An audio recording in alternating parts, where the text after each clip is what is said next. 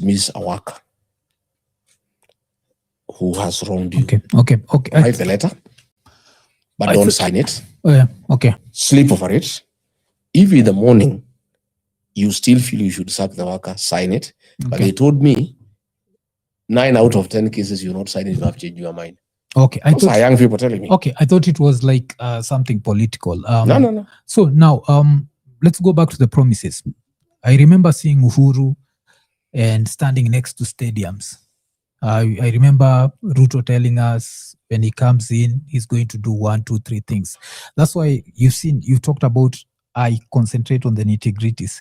That's the reason, because I've had this conversation before. Like when I listen to you right now, I can take your speech and put Ruto in 2022 and I'll get the same thing, where we are going to create jobs, we are going to bring manufacturing, but it never happens.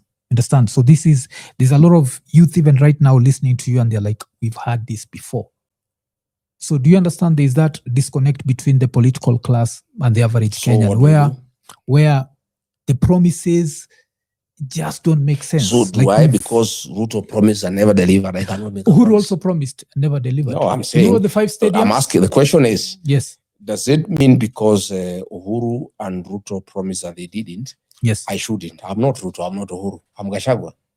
We need to, that's why we are concentrating on the nitty-gritties, because the nitty-gritties. I'm saying I cannot be condemned because of the failures of Uhuru Kenyatta or William Ruto, because I'm not Uhuru Kenyatta, I'm not William Ruto. I'm Rigathi Gachagua. I'll be judged on my own record. Okay. Yeah. What if, because for you to run for president, your case is dependent on the judiciary at the moment, right? What if the courts decide you can't run?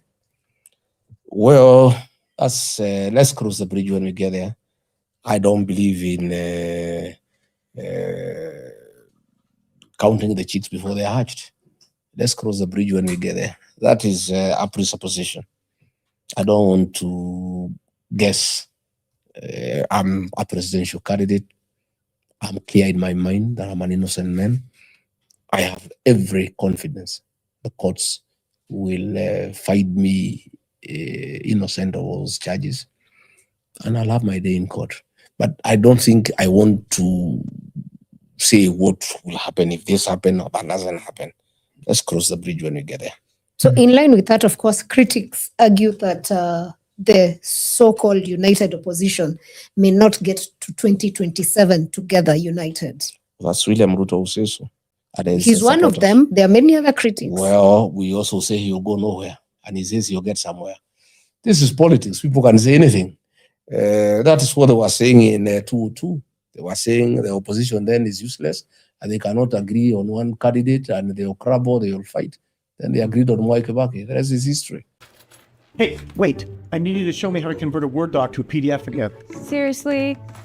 You know, it'd be faster if I used Scribe to show you how to do it. Just sent you a step-by-step guide. Whoa!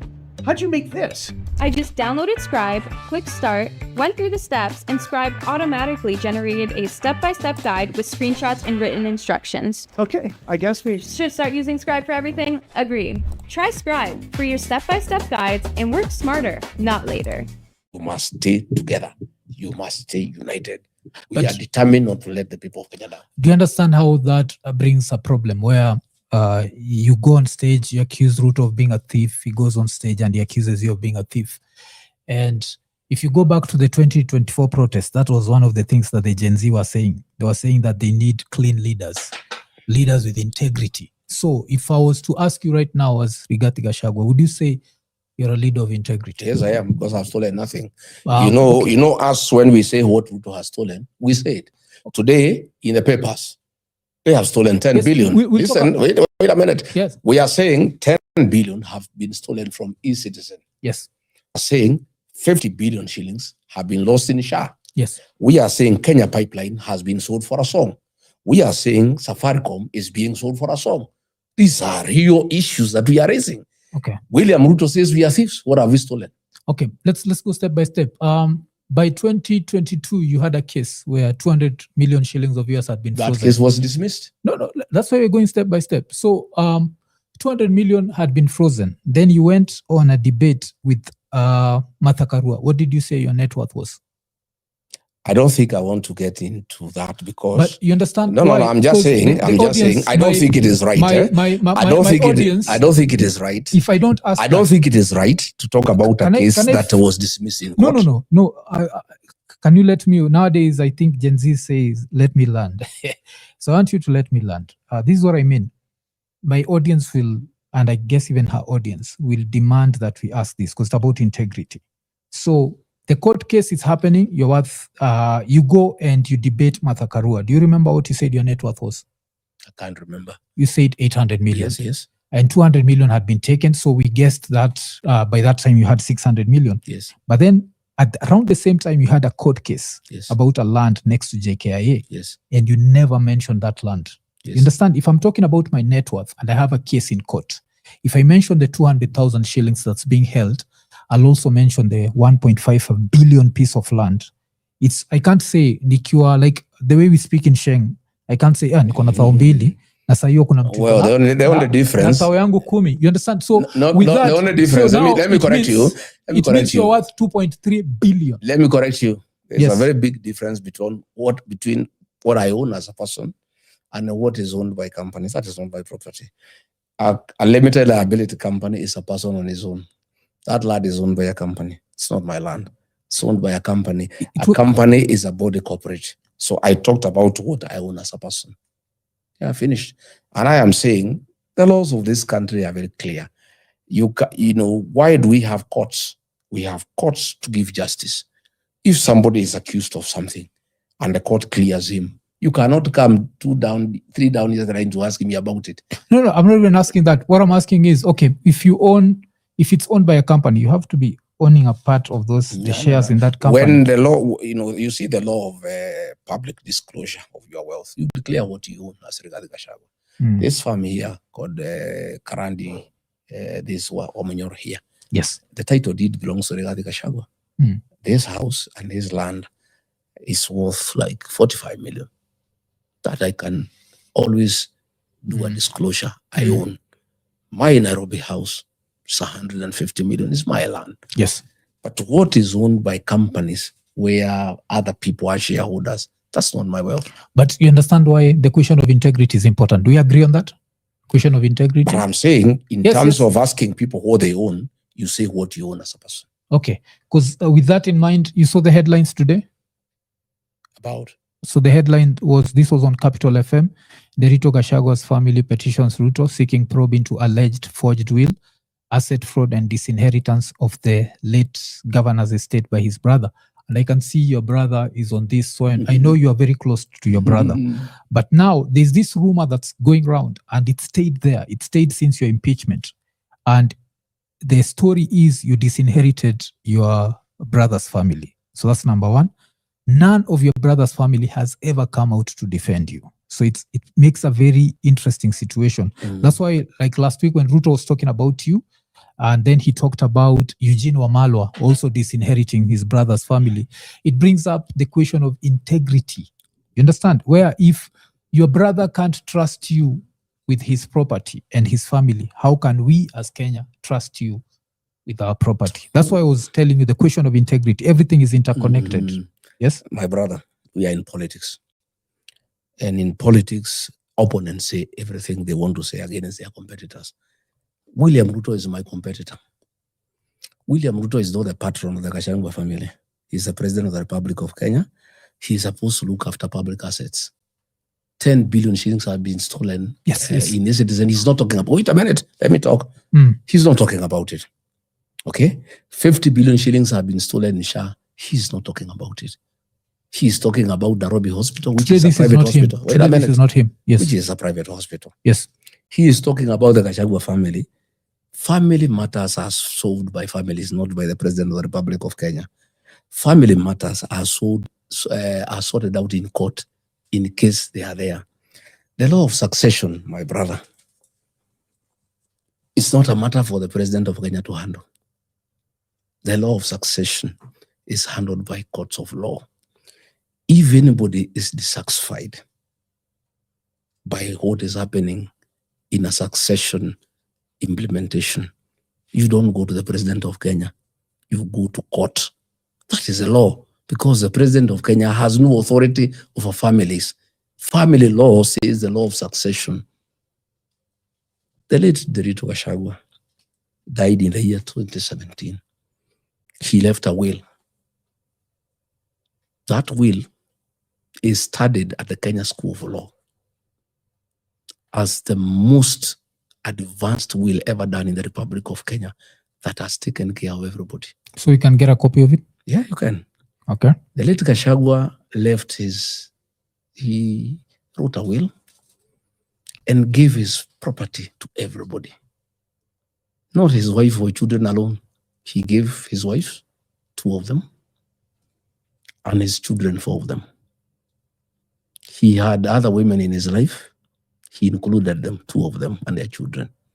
He left a piece of his wealth to all his brothers and sisters, a total of 21 beneficiaries. He left a will and said all his properties should be sold and the proceeds distributed to the beneficiaries in a formula that he put down in his will. Some were getting 10%, others 5%, others 2%, others 3%. He left 3 executors: his lawyer, Njoroge Regeru, his longtime friend, Mwai Mathenge, and Rigathi Gachagua, his brother, as executors, with instructions to sell all his properties, pay his debts, there were many, and the balance distribute to the 21 beneficiaries in accordance with the formula. So you didn't change any part of the will? Yes, listen. The succession law says once a will has been read to the beneficiaries,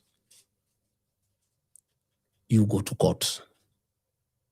We went to court, all of us. And before the judge in 2018, all of us told the judge that we have agreed to the contents of the will. Okay? The court adopted the will. Okay?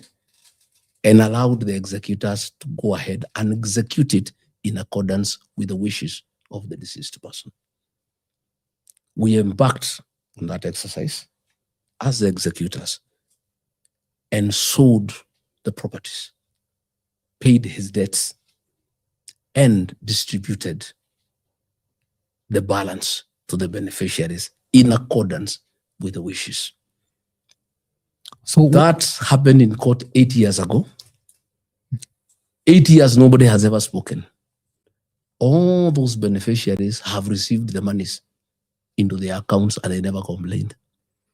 William Ruto has decided to play politics with the Gachagua family. Met some of the family members yesterday and told them that he has the authority to recover most of the things that were sold and give them back to them. It is not possible. He's just lying to them. And it's okay. That matter was concluded in the court of law. Everybody was there before a judge. The records are there. And the judge asked each and every person by name, Rigathi Gachagua, do you agree? Yes. So and so, do you agree? Yes. The judge wrote it down and issued what you call a probate. That was in 2018. And that's public record. Yes, public record. You know what is happening. Eh? William Ruto is playing politics. And because he wants to fight Rigathi Gachagua. Rigathi Gachagua has stolen nothing from the Kenyan public. Rigathi Gachagua is clean man. So he thinks he can come and interfere with family matters. One, he's meddlesome. This is our family. He's not a member of our family. Number 2, if there was a problem with the family estate, you go to court. You don't go to family. He's the chief of this area. When you have a problem and you have no money to go to court, you go to the chief. If you have money, you go to court. This matter was concluded in court by consent. Nobody said no. And the records are there. Those 4 or 5 people he met yesterday, all of them have received money. When we sold Olive Garden, the ones for 10%, they got 50 million.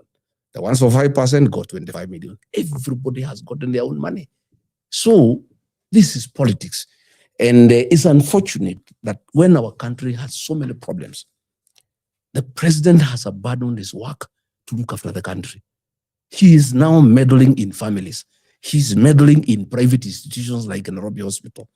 He is meddling in my family, thinking he's fighting Rigathi Gachagua. I want to tell my relatives to be careful. That William Ruto misused me. He's misusing them. And they'll be very embarrassed when these documents come out in court, into the public, because they will be released.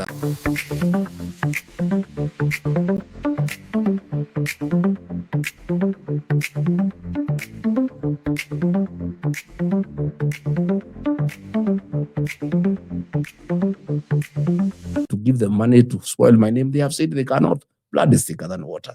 But a few family members have been conned by William Ruto. And I really sympathize with them because, one, I know they are having challenges, which is normal.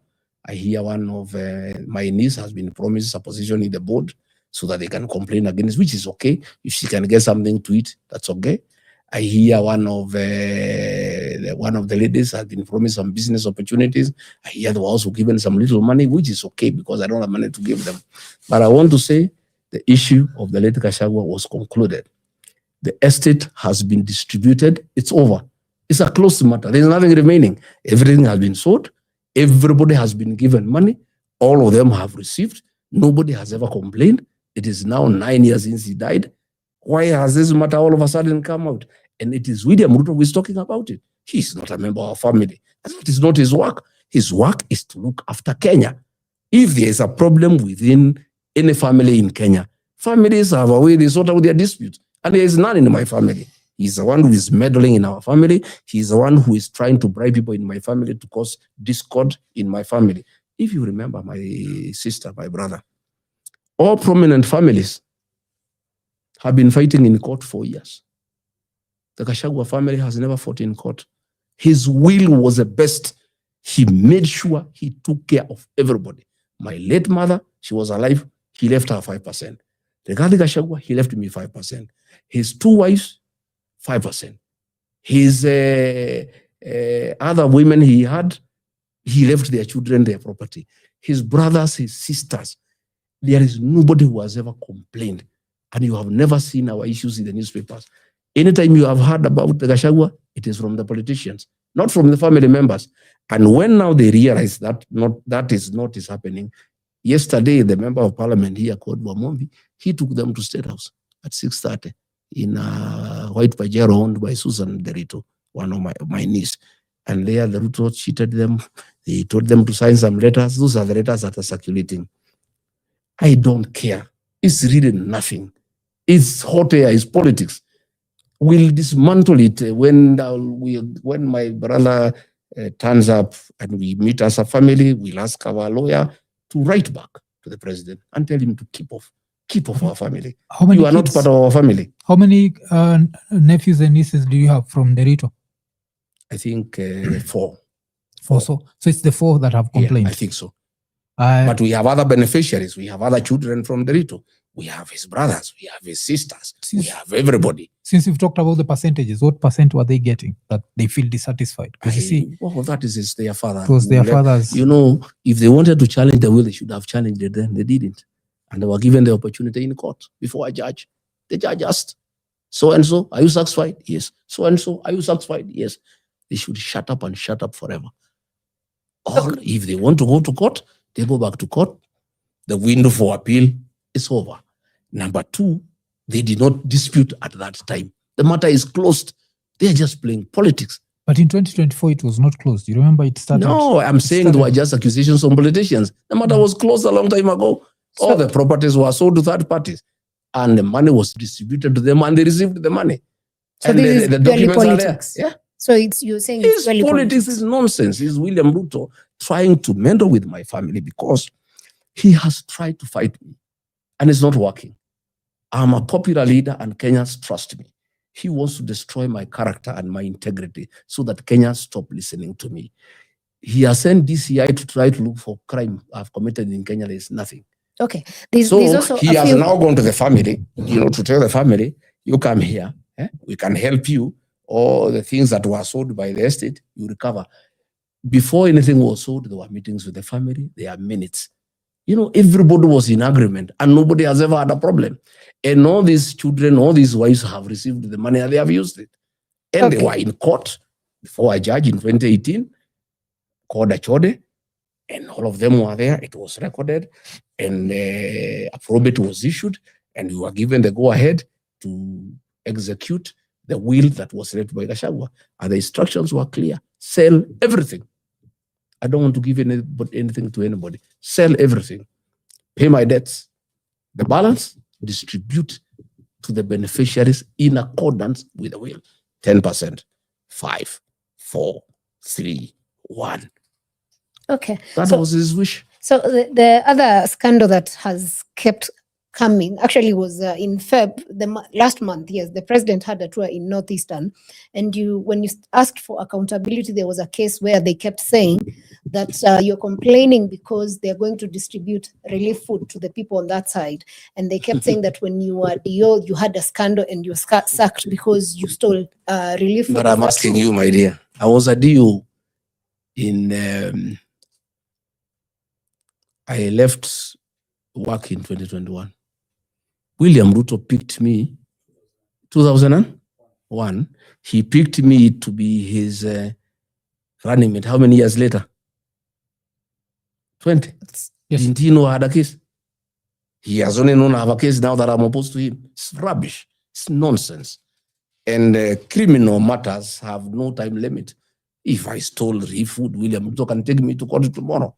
It's all nonsense. It's really a very desperate man, who is just spreading propaganda, And I have seen even him saying, oh, some girls were impregnated, oh, some girls were killed.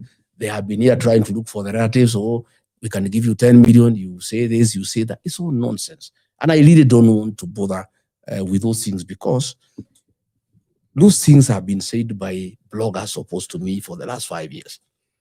I'm very embarrassed when I see a president of a country picking content from bloggers and talking about it on top of a car. And a president of a country that is struggling, where people have been killed, people have been found in a mass grave, he's not addressing that issue. 43 people have been killed in a mass grave. He's not addressing that matter. The country has a debt of 12.9 trillion. He's not addressing that matter. He's addressing nonsense. That he can get in top of a car to say that a cow of somebody died because of a tick. Just how petty can a president be? When the country is struggling so much with so many problems. Kenyans are asking themselves, where did we go wrong?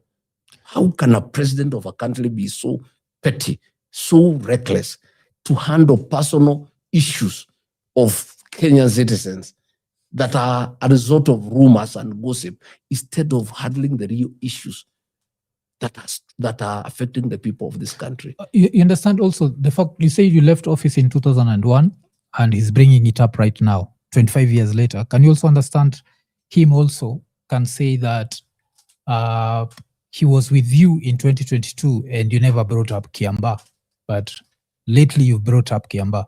You understand why it's the same sort of argument where if he was good enough to be a running mate. Well, the only difference, the matter of Kiamba is of public interest. He is bringing things that are of a personal nature. He is the president of the Republic of Kenya. Listen, my friend. But he is the president of the Republic of Kenya. He has a responsibility to bring things that are of concern to the people of Kenya. Yeah, personal things about a family. This one family. There are more than 20 million families in Kenya who are having challenges. Why is he not bringing their challenges? Okay. It is only because he has a personal vendetta with me, because he knows I'm going to run him out of office. So let me ask you. Replace him as president. What is happening is he is on a mission to spoil my name, because Kenyans trust me. Kenyans are listening to me. But I can tell you, Kenyans are also very intelligent. I have looked at the social media responses. He is being told, tell us about Kenya, and tell us about families. And the same Kenyans are saying you could actually be working with President Ruto on the side. To do what? It's politics, as you said. How could I be working with him on the side? I want to remove him from power. And he is resisting. And he is feeling the heat from me. So if he approached you, would you work with President Ruto again? I cannot work with William Ruto. He is wrong for this country. He is responsible for the hole we are in as a country. Mwai Kibaki left us a working free primary education program. He has ruined it. We had a good program for university financing. help. He has ruined it. We had a working NHIF program. He has ruined it. He has abducted children. They have been killed. How can I work with such a man? I have no business. But you see, you said he has abducted children, he has killed them. Let's go back to Kiambaa. You wouldn't say that you didn't know about Kiambaa in 2007. He's always been the main suspect in quotes. And you worked with him. Yes, you we did. endorsed him. We did. You said this is the best guy to lead Kenya. We did. You can't then come back a few years later after you fought with him to say now Kiambaa No, is I an can. issue. Let me tell you why. Let me finish my point. It means that you will tolerate anything as long as you're on the side of that person. Not necessarily. And as soon as you're on different sides, you'll be like, not nah, necessarily. this is the worst guy. Not necessarily. Yeah. I'm a Christian. Forgiveness is a very important aspect of our Christianity. So you took back your forgiveness. I'm saying, listen to me. I think it's fair you also let me speak. Yes. It's a very important aspect of our Christianity. I and my people, the Kikuyu nation, were feeling very bad about Kiambaa and the 2000 atrocities, whose Ruto was charged with crimes against humanity. But Ruto and Uhuru Kenyatta came together, forgave each other, and asked the two communities to forgive each other. And we said, we'll forgive, but we will not forget. And we said, let bygones be bygones. And we left it. And we believed, in all honesty, that William Ruto was a changed man. And anybody can change. Saul can become Paul. And he was sweet talking, and we were convinced he's a changed man, and he cannot go back to his ways. But the minute he got into office, abductions started and extrajudicial killings. Then it came to our knowledge that he had not changed. He's still the same man. So we started remembering the old things. Normally, that's how life works. If you forgive somebody over something that they did to you, and they say they will never do it again, then they do something similar, you remember the old things that happened. That's how we talk about Kiambaa. And actually, what has brought about Kiambaa is not even the killing of the Gen Zs or the abductions. It's the attack on churches by goons and police. The attack of people. Who manages your wealth, legacy, and connects you with investment opportunities in Kenya and globally? At Standard Chartered, family businesses, business owners, and corporate executives have entrusted us with over $2.3 billion. As the only international bank in Kenya, we bring you global expertise and a wide range of investment solutions right here at home. Your wealth is guided by certified relationship managers who are supported by insurance and investment specialists. Because growing your wealth is not about chasing hype. It's about clarity, transparency, and long-term value. Now is your time for wealth. Join Priority Banking today. That have brought back the memories of Kiambaa. That is how we are talking about Kiambaa.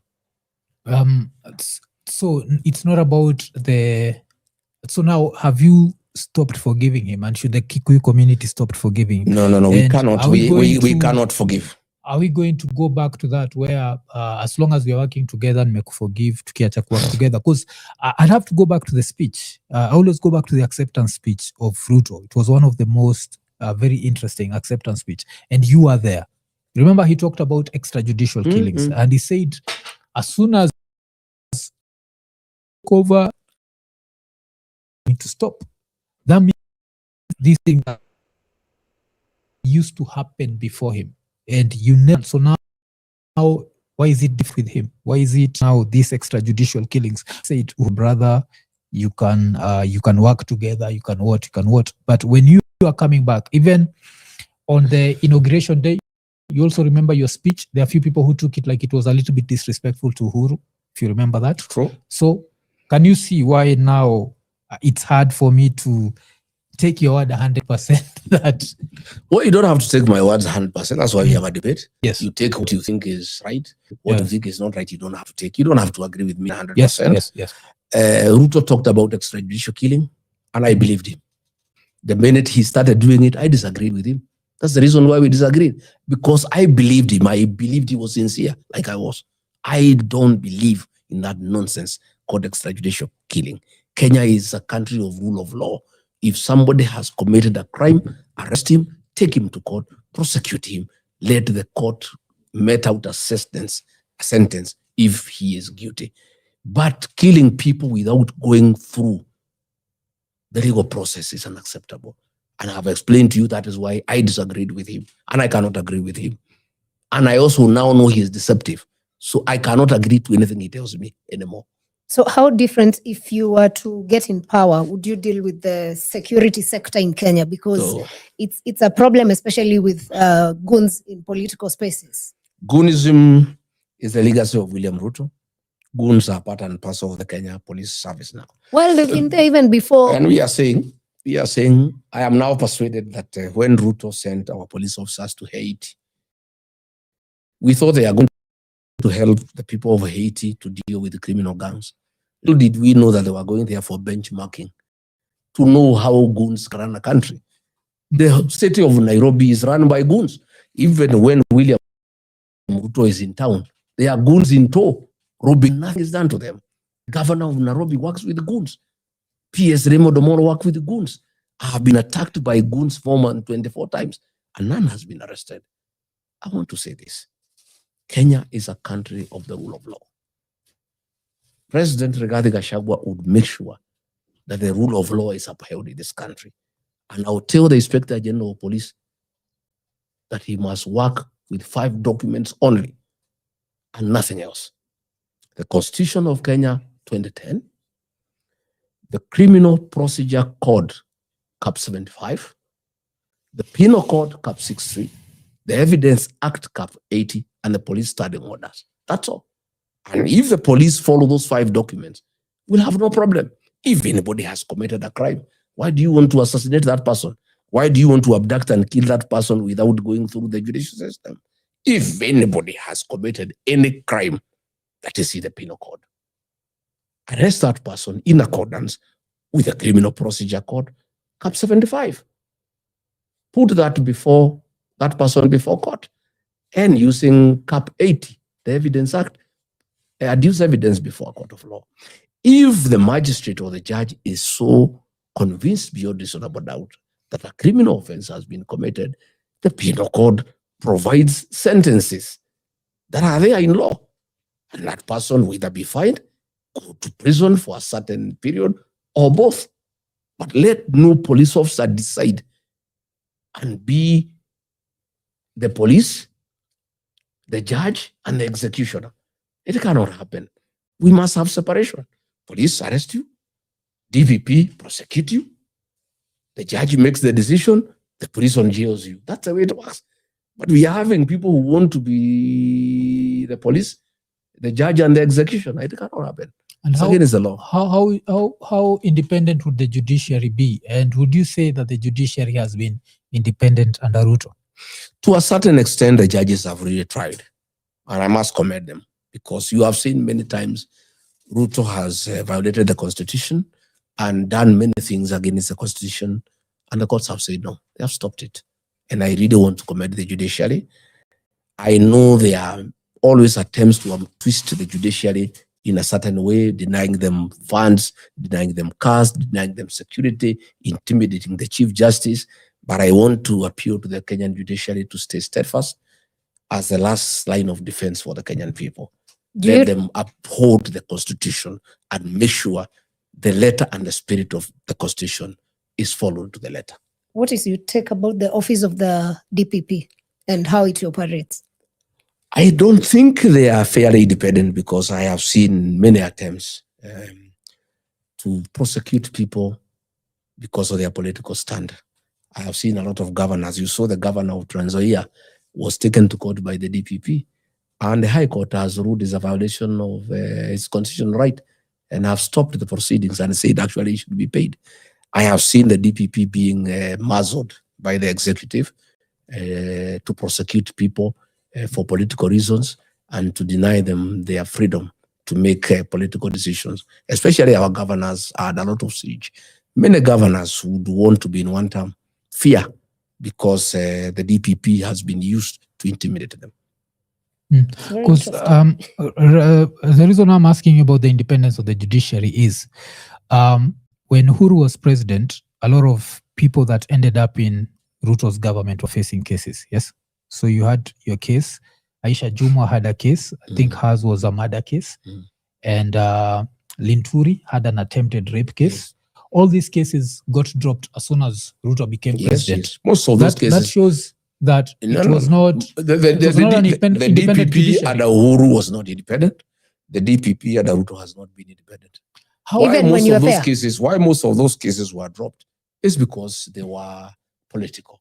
In fact, in my case, the DCI saw an affidavit to say that they were pressurized to prosecute me without evidence. And that is how I was let off the hook. So it was not because you had become the deputy president? No, it is because they had filed a case against me without evidence and they were being pressurized. And they didn't like it. So the minute I came in, the people who was pressurized them had left. So they were free now to exercise their mind. The DCI saw an affidavit to say we had no evidence against this man. We want the cases to be dropped. And that was it. So how would you say that a rape case was political? Because either someone was naked and someone walked in. We cannot go into the merits or the demerits of a rape case because my friend, let's not go that direction because you can only say there is a rape case when it has been concluded. There was an attempted. An allegation is an allegation. What happens before a court of law? Everybody is innocent until proved guilty. You cannot say because it has been alleged that you raped somebody, you have raped somebody. It has to go through the rigors of prosecution and it has to be proved. In that matter, the case was never heard and then it was terminated. So you cannot say somebody had been raped because it has not been proven. No, it was attempted rape. Whatever it is attempted, yes. Even if it's attempted, for it to become a crime, it has to be proven. The reason why I was bringing it up was during Uhuru's time, when Ruto had a case for grabbing Muteshi's land, he went through the whole thing. It was step by step, until the case was concluded and Muteshi won. During Ruto's time, you are part of you are one of his friends. All his friends, the cases got dropped. Even Waluke, the guy who was in jail for corruption, I think he'd gotten 67 years. All those cases got dropped. You don't know. All those Let me correct you. Let me correct you. No, it's also that's good. Where I have a problem. No, it's also not good to make a blanket statement that is not true. Waluke's case was not dropped. The Kenyan Constitution has mechanisms to address legal issues. Criminal matters, you are taken to a magistrate's court. You have a right of appeal at the High Court, at the Court of Appeal, and the Supreme Court. Waluke was convicted by a magistrate. The sentence, he appealed before the High Court. The sentence was upheld by the High Court. He appealed before the Court of Appeal. The sentence was quashed by the Court of Appeal. That is a court of law that has quashed it. Nobody dropped it. The cases you are talking about were never heard. And why they were never heard is because they had no evidence. They just kept us in court. Because I was taken to court in 2020. Why was it not heard for 2 years?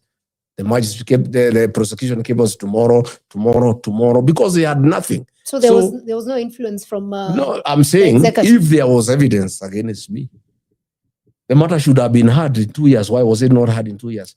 Because we kept on going to court. The prosecution would ask for more time because they did not have evidence. They were even told to supply us with the evidence they have. They never supplied us with the evidence. So by the time we came in, the DCI was saying we were pressurized. We didn't have anything against this man. And then it was dropped. So what I'm asking is, what's the probability a murder case is dropped, a rape case is dropped, a corruption case is dropped, a what is dropped, and all these are friends of Ruto? I think I'm the wrong person for you to ask such a question. All these are friends of Ruto. No, I'm saying Ruto's friend. I'm the wrong person to ask such questions because I don't think I'm competent to judge. You can only ask me about my own case. That one I'm competent because I know what happened. About other people, I think you're asking the wrong person. No, I was just saying because the judiciary, like how independent is it and how independent I think that one you Jan Aushadhi केंद्रों पर मिलने वाली दवाओं की कीमत बाजार में जो दवाएं मिलती हैं उसी क्वालिटी की, लेकिन जन औषधि केंद्र में 50% से 90% तक उसकी कीमत कम होती है। 18,000 से अधिक जन औषधि केंद्रों के साथ जन औषधि पहुंच गई है देश के सभी राज्यों में, जहां 2,000 से अधिक दवाइयां और 300 से ज्यादा सर्जिकल उपकरण उपलब्ध हैं। इस योजना से अब तक जरूरतमंदों के 40,000 करोड़ रुपए बचे हैं। आप भी नजदीकी केंद्र पर जाएं और सस्ती एवं अच्छी दवाइयों का लाभ उठाएं। Of course, you are introducing SHA into the system. What vision was there for SHA, and why do you think at the moment there have been so many issues and challenges and even cases about corruption?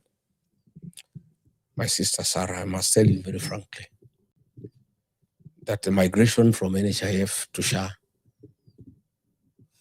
was not a good intention. It was done for corruption.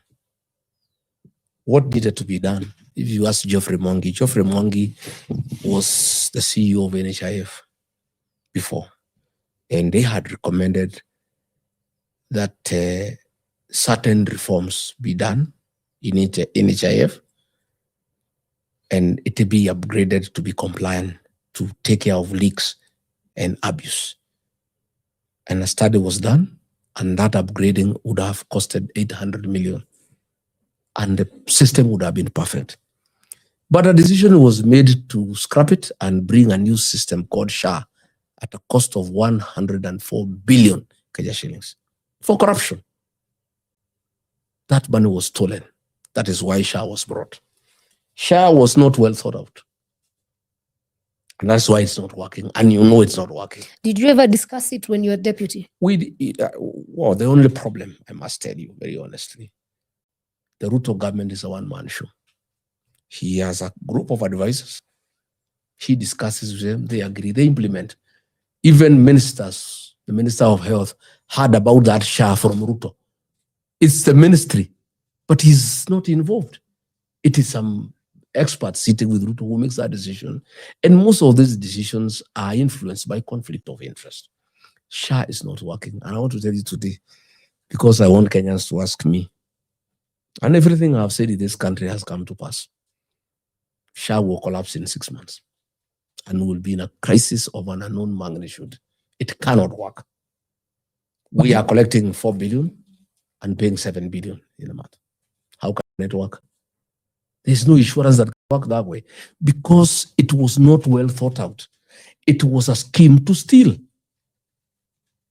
104 billion. That is what was being stolen. And then we got a system that is not working. And everybody in the country is saying it's not working. It's only Ruto, his ministers, and sycophants around him who say SHA is working. You people go around this country. It's not working. That's the truth. And because it was not well thought out, it was a scheme to steal money from the people of Kenya. At what point, because I remember it was announced that SHA payments were supposed to go through CDN Bank, yes? At that point, were you in government or out of government? Well, CDN Bank was bought by William Ruto. That's what I'm asking. Like by the time it was announced, the payments had to go through CDN. Were you in government or after you'd left? Yeah, I think I was in government. If you knew that, there's nothing I could do. I'm telling you, my brother, Africa, this government is a one-man show. I was the only man in that cabinet who could tell Ruto no, and that's why he had a problem with me. Because I would oppose many things that were not true, that were not right, that was not good for the country. So, since I left, everything has collapsed. So when you went for cabinet meetings, what would happen? Because most people don't understand. Many times, I would chair the cabinet committee. And we would interrogate our proposals and pass the ones that are good for the country and reject the ones that are not good for the country. Many times, when now we go to the main cabinet, most of the things we had rejected, he would overturn. Despite us having said it's wrong. Because at cabinet level, cabinet committee that I chaired, you interrogate properly and you take time, you call experts. It's a very rigorous exercise at the cabinet committee. The cabinet is a bit formal. The president is there. This one, Rigathi, mlipitisha hii sawa, hii sawa, hii kwa nini mkupitisha, hii, no, let's look at it, wacha tupitishe tu. Many times he would even approve things before they come to cabinet. He would give what you call executive approval, and cabinet would just adopt the decision without interrogating it. Most of those things and those decisions, like all the money for housing has gone to CDN Bank, that is owned by William Ruto. Money for SHA has gone to CDN Bank. The Nairobi County government has been forced to open accounts in CDN Bank, despite the fact that CDN Bank is a small bank. It's actually tier 3. And the common practice has been that all government funds should go to Tier 1. Tier 1 is Equity, Cooperative Bank, ABSA, those big banks where government money cannot get lost. We lost a lot of money in the 80s when they had been invested in these small banks. So a policy decision was made that government funds should be banked and invested in Tier 1 banks. CDN Bank is Tier 3, but now, last year, it made a profit of 503 billion. Every month, they are making 21 million every month, and it is conflict of interest. The bank is owned by the president. So he has directed all government monies be put there. And even this money for housing is too much. It's just lying in the bank. The Ministry of Housing have no capacity to absorb those funds because the monies are being collected from Kenyans and it's billions of shillings. But the Department of Housing has no capacity. Even when I was in office, I suggested that we put some of this money to the National Housing Corporation, which is a corporation has a proven track record of building houses and has a very well laid out infrastructural capacity to do houses. Ruto refused. The money is in the bank most of the time because he's earning interest. It is in his bank. So how would you correct the health sector? Because this is something that is affecting literally almost all Kenyans. I am afraid that by the time we take over, this country will be in trouble because if SHA collapses the way I envisage from the information that I have from insiders in 6 months, what happens? For 1 year before we take office, we'll have a crisis in our hands. And I think we are going to put up a team to start thinking through what we shall do. But in my view, we need to go back to the old NHIF, restructure it to be in tight with the current and modern times, to make sure that we eliminate fraud, to make sure that we see all the loopholes, we see all the leaks, so that it is something that has transparency and accountability. But SHA as it is, I must admit we are in trouble. And I foresee danger ahead. I don't know what will happen to the Kenyan patient. If SHA collapses, and even private insurances have been denied opportunities for teachers, for police, everybody is told to go to SHA. That is not working. I would want a situation where SHA, or NHIF for that matter, is one insurance to compete with others so that there is efficiency. So that you can decide, even a public servant, if NHIF is better, you go to NHIF. If Jubilee Insurance is better, you go to Jubilee. Competition brings efficiency. This thing of monopoly is not a good thing. That is why we want a liberal economy and we want a liberal insurance system in this country. We want to have private insurance firms. We want to have a government body. Let them compete so that people can go to the best. And that way, even a government body will become efficient. But if you force everybody to go to a government body, there's a lot of laxity and there's a lot of theft by public servants because it's a government institution. I would want a situation where we liberalize health insurance and as many companies can have insurance schemes and everybody, including public servants, including police, including teachers, can make a choice and go to whoever is giving you a good service at the best price. But if you're saying that SHA would collapse, I think the easier thing would be to seal the loopholes. Because why is SHA collapsing? Who will seal, my friend? No, if you're in government, because if SHA is collapsing, it is collapsing when Ruto if SHA is collapsing, it's collapsing because of fraud. Yes. Yes. The few people who've benefited from it, because there are few people who benefited. Yes, like they've gone to hospital and it's worked for them. That means that there are parts of that work. This thing of scrapping everything, like Ruto came in, scrapped NHIF to come up with SHA. You're also saying that if the next government comes in, it's going to scrap SHA, come up with something. No, but I'm saying it's not working, and you can't correct what was intended to fail.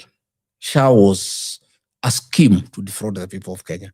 I don't think you can reform an entity whose sole intention was to defraud the people of Kenya. You have seen 10 billion shillings has been stolen. Instead of William Ruto following that, he's meddling in the Gachagua family. A family that has nothing to do with the people of Kenya. He's the president of Kenya. He should be concerned with people, with things that concern the people of Kenya, not about families that are having their own dynamics as a family. Yes, which I think we moved from that. No, I'm just saying, because you are saying that we reform, you cannot reform that whose very composition was meant to defraud. You'd have to, you cannot do, reform something that was done in a way that the objective is stealing from the people of Kenya. But you understand where you're saying two things at the same time. Because, like, for example, when you talk about Kindiki, you say he's a yes man, yes? He agrees everything that the president says. But then you also say that when you are in cabinet, the president will be like, we are going to move money through CDN, which you knew is his personal bank, and you'll also keep quiet. I didn't keep quiet. Now, I've told you I was kicked out because I was saying no. That's what I've told you. I said no to many, many things. Yeah, many things I said no. I would say, like when, we had a very good program on fighting alcoholism and drug abuse. He interfered with it, and I told him no publicly in Nyandarua, in Togino Church. I told Mr. President, please, under your watch. Work today is broken. We're all working in too many disconnected apps, and it's killing team productivity. But for the first time, there's a platform that fixes it by combining everything you need. Projects, chat, and knowledge in one place. It's all powered by the world's most complete work AI, so you can find answers from anywhere and get work done faster. Introducing ClickUp, the everything app for work. Is one of the biggest taxpayers in Kenya. So do you know, if you are to do that, you can't also disrupt a whole part of economy? For your information. Based on morals. For your information. Issue. Yes.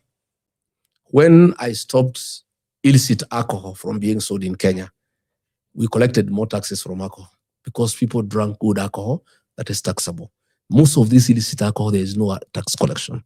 So when I stopped 51 factories that were selling bad alcohol, and there was a lot of counterfeit of the same alcohol that was not being taxed. When we stopped it completely, people went to bars to drink hygienic alcohol and drank more alcohol that is taxable. And actually, there was an increase in tax collection. We never ruled out Kenya breweries. What we did is we said people should drink from 5 p.m. to 11 p.m., 6 hours. And then you go home. If you arrive home at midnight, chances are by 7 a.m., you'll be sober and go to work. But this thing of people drinking from 7 a.m. to 7 a.m. the following day, it's not healthy for our country. And I can tell you the reforms that I brought into that sector, everybody was happy. KRI collected more. There was sobriety. Young people who were sleeping in trenches went home. Young people who did not have families started having families. It was a win-win situation for the country and for our moral fabric. And everybody was happy. Today, when I go around the country, mothers are in tears. The young people are back to drinking. KRI is collecting less because illicit alcohol is what is available. Cheap illicit alcohol which are killer drinks. People are drinking and dying. There are funerals in villages every week. In every village, 2 to 3 funerals because of excessive drinking. And people are also not working. You find even going to pick coffee. Boys are not available. Picking tea is women who are picking tea because all the young people are out there drinking cheap, illicit liquor. And I told William Ruto, my brother, you say you are Christian. You say you are parent. How do you allow this thing to come back? And I have successfully stopped it. That exercise was 70% successful. And what I was doing is stopping more drinking, illicit alcohol, and mama boys, would deal with the issues of those who are already addicted. It was a win-win situation for the country. And I'm very proud of what mama boys and I did for our country. I am very, very proud leader. And wherever I go around the country, people commend me for what I did. And they actually miss that I left office because when I was there, things were working. I wanted to ask something else because there's also a critical thing in this country, and that's the CBC education system. I would want to understand, when you're coming in, did you understand what CBC was and what was the plan? Because at the moment, there's so many complaints about the system, and it would be also important to understand how you would handle that. Yesterday, I was talking to a parent who was saying their kids, I think, are in grade 5, but these children use just one common science book. Like, they're the same grade, but the books are different. So it becomes very hard for parents. So did you understand CBC and how would you handle it? Well, thank you very much. When we came in, I urged the president because there was a big craze about CBC. The teachers did not understand it. There was no curriculum. There were no books. The pupils did not understand it. People did not know whether when the junior school will be in primary school or we go to high school, where it will be domiciled. The educationists did not understand it. So the president, we discussed, and he set up a team called Presidential Working Party on Educational Reforms.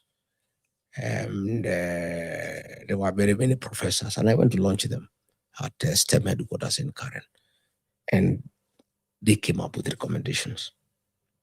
And when they came up with recommendations, the recommendation was that Kenya needed more time. First, to train the teachers on the new curriculum, to develop the curriculum, to come up with books, and also to provide the requisite infrastructure in terms of the junior secondary school.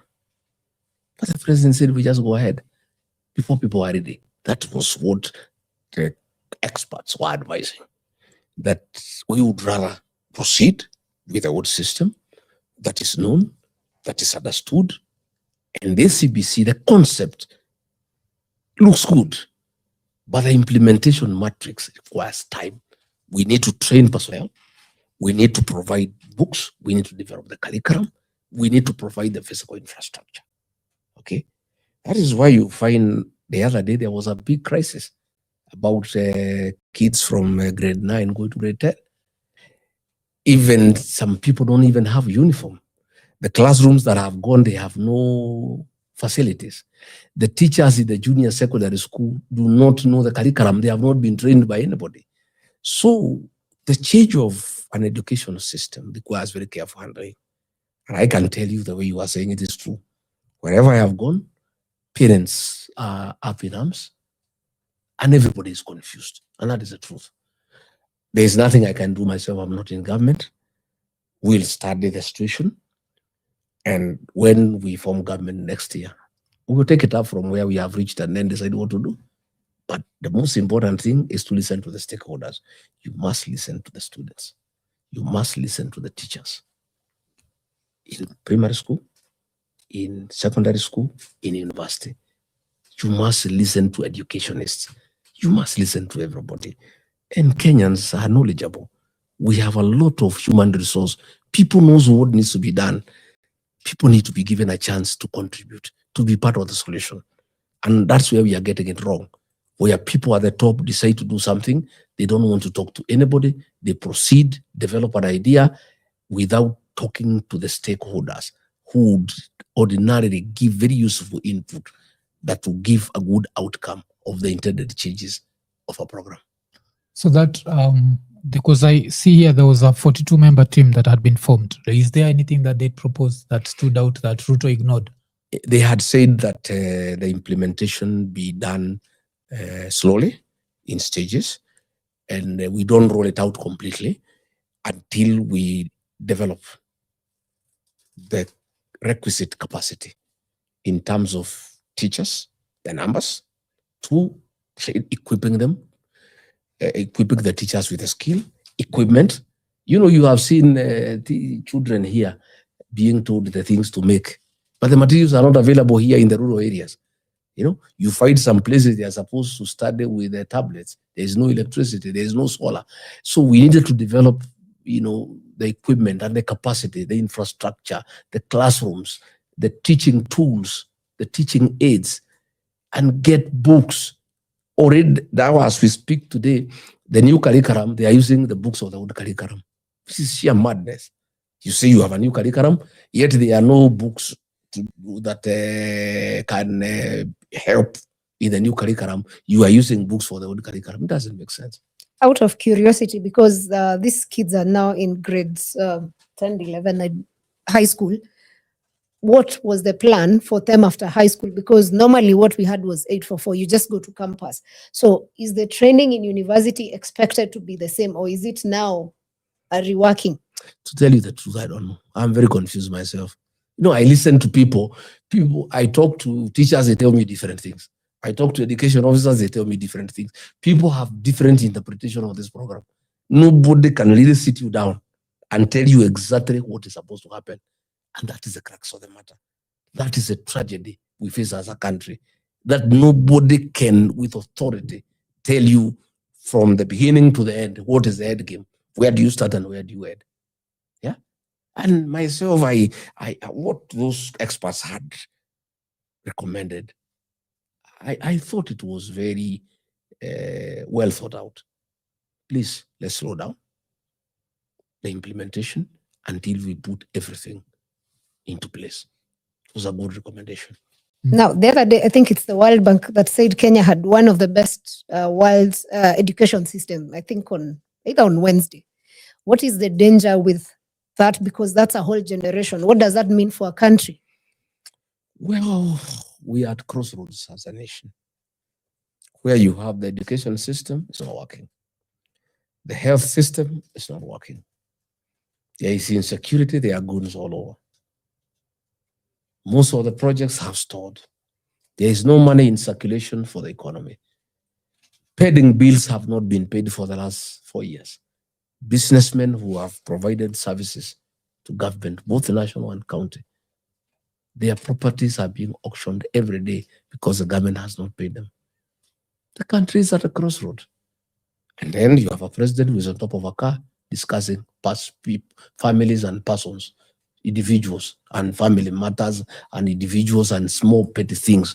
When we have a challenge with the education system, we have a challenge with the health system, we have a challenge with security, we have challenge with the flow of money. I'm told by experts we are facing another challenge about the availability of fuel. And this fuel have nothing to do with Iran.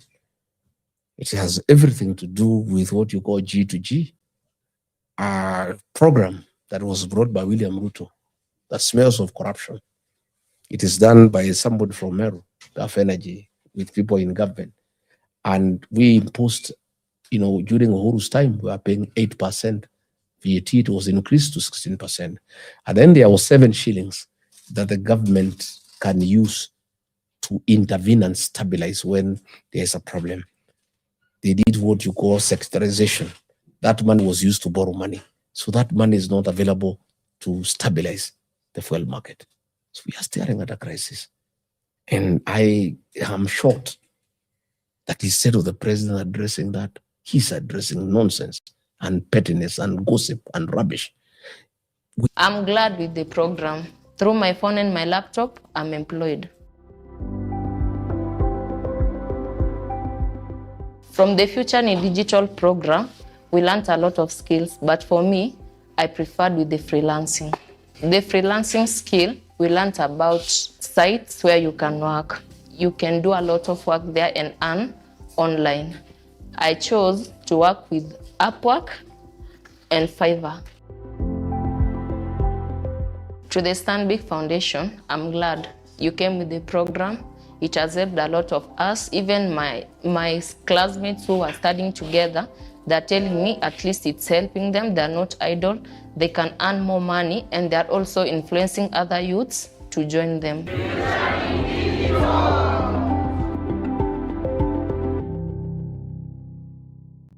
Morning, I had many parents here who came to see me to see what I can do, because I used to help them when I was member of parliament.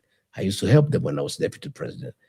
A few people when things were not working for a few families. But now it's almost everybody. Most children are at home because there's no money for capitation. Yet the little money that is available for public use is being used for the route of the re-election. That is how sad things are. And talking of schools, of course, there is the time when you spoke about Northeastern and how they've not built schools. And of course, people understood that. But there's something controversial you said about national schools like Mangu and Alliance. So would you like to maybe clear that? Because it came out like you are saying people from a region should, because there's something that these schools know. That's what I'm saying. I did say that. I said it's unfair for one region to build good schools. Another region has money that has been allocated in billions. They don't build schools. They use the money to build flats and malls in the city. And then their children come and take the places for the children of that region where people have built schools. I say it's unfair. And the people of Northeastern Kenya supported me because over 1 trillion shillings has been given to Northeastern Kenya. But there's nothing on the ground. We had great schools, Wajir High School. We had Northeastern Girls. We had Gabatura High School. Very good national schools. If the MPs and the governors in those areas have put money to expand the facility in those schools, I would propose a program where children from Central Kenya can also go there and study there so that they get to know each other and we develop a national culture. I don't want our schools here to be the preserve of the people of Central Kenya. I want all Kenyans to build good schools so that our children from every area can go and study in other areas. That was my point. Because children from those areas with very low marks were taking places meant for children in this area with very high marks. And I'm not saying those children do not deserve a place. Those children from Northern Kenya deserve good education. They deserve an opportunity to learn and learn well. They deserve an opportunity to mix with other children. But what we are saying is, it is not acceptable that their leaders take money that is meant to develop schools in those areas and use it for personal use. And then there are no schools in those areas. And then the children of the areas where money has been well spent are disadvantaged by those children. It's not fair. And those children from Northern Kenya are innocent. It is the leaders who have a problem. And we called them out. And I'm very happy the professionals and the young people supported me 100%. In fact, since I talked, the leaders from that area have started going back home because they never used to go. They were just staying initially in South Sea and they never go there. But now things are changing. They are being held to account. They are being forced by the people of that area to be accountable. And I'm the one who raised the red flag. I'm the one who educated the people of Northern Kenya and told them, you have a responsibility to hold your leaders to account. I really championed their issues. And I'm very happy that I have seen quite a bit of change in matters accountability in Northern Kenya. All right. I think we've been having this conversation for over 2 hours now, and we will have to bring it to an end. But before we end it, I would want to understand, what do you feel people misunderstand most about you? And what is one of your worst fears at the moment? Well, William Ruto had tried to create a narrative that Rigathi Gachagua is tribal. But Kenyans with time have known me. I've taken a lot of time to talk to the Gusii Nation through their radio, to talk to the Ma Nation through their radio, to talk to Northern Kenya people through their radio, to talk to the Luo Nation through their radio, to talk to Western Kenya through their radio, articulate their issues, and they are now understanding me. And they are come to the realization that Gachagua is a great patriot of this country, and he means well for the people of this country. I have told them that when I was campaigning for William Ruto, he never called me a tribalist. He said, I'm a good man. I'm a patriotic Kenyan. The minute I decided he's not good for this country, he said, I'm a tribalist. He has tried to drive that narrative, but I'm happy that many Kenyan people are saying, let Rigiji talk to us. The other day, I had a talk with Ramogi, radio and TV, and the anchors were trying to stop me from speaking. They are in trouble. The Luo Nation is asking, why didn't you let Rigiji talk to us? Let him talk to us. Kenyans want me to talk to them. I think 70% of Kenyans now understand me, and I'm a very happy man. My worst fears is that the Kenyan nation could collapse. If the education system collapses, the health system collapses, the economy collapses, the security sector collapses, then we have no nation. And we are being also isolated by the international community because we are doing things that are not right. Our foreign policy is informed by non-interference in the affairs of other nations. We are interfering in DRC Congo. We are interfering in Southern Sudan. We are interfering in the Sudan. And we are slowly getting isolated as a country. I care for my country. I fear that we could become another failed state, which would be very unfortunate because Kenya is a great nation of great people who are very resilient, who are hardworking, and people who are very hopeful. But through bad leadership, we could kill their fighting spirit and their industry, being industrious. We could kill it and they can give up. But I want to tell the people of Kenya that all is not lost. We have an opportunity next year to go to the elections, and we have an opportunity next year to go to the elections and elect a new government that is transparent, that is accountable, that cares for the Kenyan people, that is accountable to the Kenyan people. And I want to ask our young people to register as voters because they hold the card to the liberation of this country because they are the majority. Again, they are incorruptible and they are forward-looking, they are exposed, and I'm sure they will make the right decisions for this country. That is what gives me hope. That is what gives me encouragement when I see our young people vibrant, energetic, seeking for change, desiring that there be change, vowing to be part of that change and that transformation. I get very encouraged that difficult as things look, we have the young population that is determined to cause change that the Kenyans desire.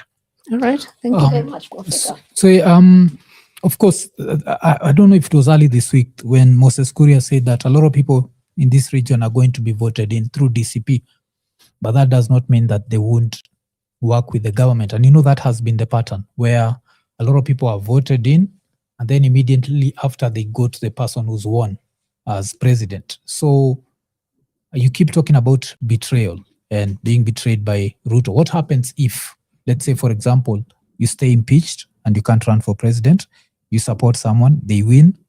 What's going to force them to this time not betray you? Well, Moses Kuria didn't say that they'll work with the government. He says he'll They'll buy be them. bought. He says he'll be by them. Yes. Yes. And by that they mean they'll work with. His statements are true. The first one is true. Yes. All leaders in the Mount Kenya region will be voted in DCP because a decision has been made, and that is what people have decided. He is wrong in the second instance. DCP will make sure that we get good quality leaders. Not all leaders are bought. John Metho, the senator of Nyandarua, has been offered money. He has said no. Senator Karungo Thang has said no. Senator Kamau Murango of Kirinyaga has said no. Senator Joe Nyuto of Muranga has said no. Jane Jerry of Kirinyaga has said no. James Munyoro of Kegumo has said no. Jane Kehara has said no. That now is those right are the now kind is of leaders. Political suicide. Those are the kind of leaders yes we are looking for. And I am very happy that so far the leaders who have expressed interest to run at the DCP and are doing very well on the ground, through my own investigations, through my own interactions, through my own due diligence, I'm sure we'll end up with 90% of good leaders who cannot sell their people to satisfy their stomach. I'm sure we'll have great patriots, people who love the electorate, people who love their people who love their country, and will put the people's interests ahead of stomachs and the stomach interest. I'm clear in my mind, and I think we are in the right place, and I am very confident that we shall end up with good leaders. But you also understand that right now, no one can go against DCP because it would be political suicide. But after September next year, it won't be political suicide. If I've already been elected, I do not actually. So do you understand what he means? Yeah, we've seen the pattern where you see like even a lot of people in 2017 were elected because of Uhuru Kenyatta, but they didn't stay with Uhuru. Well, the person who buys people is William Ruto. He has perfected bribery as a tool of governance. To start with, you'll not be there to buy them. You've been Sogoi. That gives me a lot of comfort. Number two, I'll be president. I'm not in that business of buying leaders. I allow the people, I allow the leaders to serve their people without intimidating them, without coercing them, without bribing them. But you see, like, we are working with a scenario where you stay impeached, yes? Oh, no, let me tell you, my brother. If you don't stay impeached. Let me so let's look at that scenario. Let me also explain to you. Yes. Article 99 of the Constitution says that anybody who has a challenge with Chapter 6 and has gone to court cannot be stopped from vying until he has exhausted all the available remedies provided by law. My matter is before the High Court. It always shows up at the worst time, the dreaded pimple. But with Mentholatum Acne's treatment series, you don't have to panic. Start with Acne's Creamy Wash. Lather the cleanser, massage gently on the face, then rinse. Acne's Creamy Wash is antibacterial and removes excess oil. Apply Acne's Blemish Control Toner and leave it to dry. Balances skin pH, tightens pores, and firms skin. Dab Acne's Sealing Gel directly on pimples. Fights pimple, causing bacteria to visibly clear pimples in 7 days. Clear pimples today before they leave dark marks. Roto. We shall have one presidential candidate.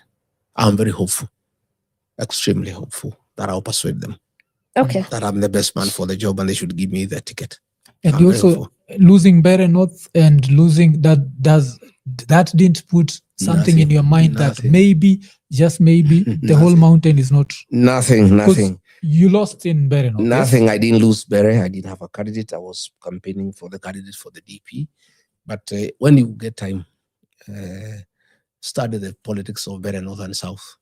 Those two constituencies are the only two constituencies that vote with the rest of the mountain in matters presidential. But all the other seats are local affair because they practice the politics of clanism. If you look at the year 2002, when nobody wanted to hear about Kanu and Moi, Bere North, it was called Shiakago then, voted for President Mwai Kibaki at a knock, 95%, and voted J.B. Muturi in Kanu as member. In 2007, when Kibaki was in PNU, they voted Mwai Kibaki in PNU, rejected J.B. Muturi in PNU, and voted for Lene Kivuti in Safina.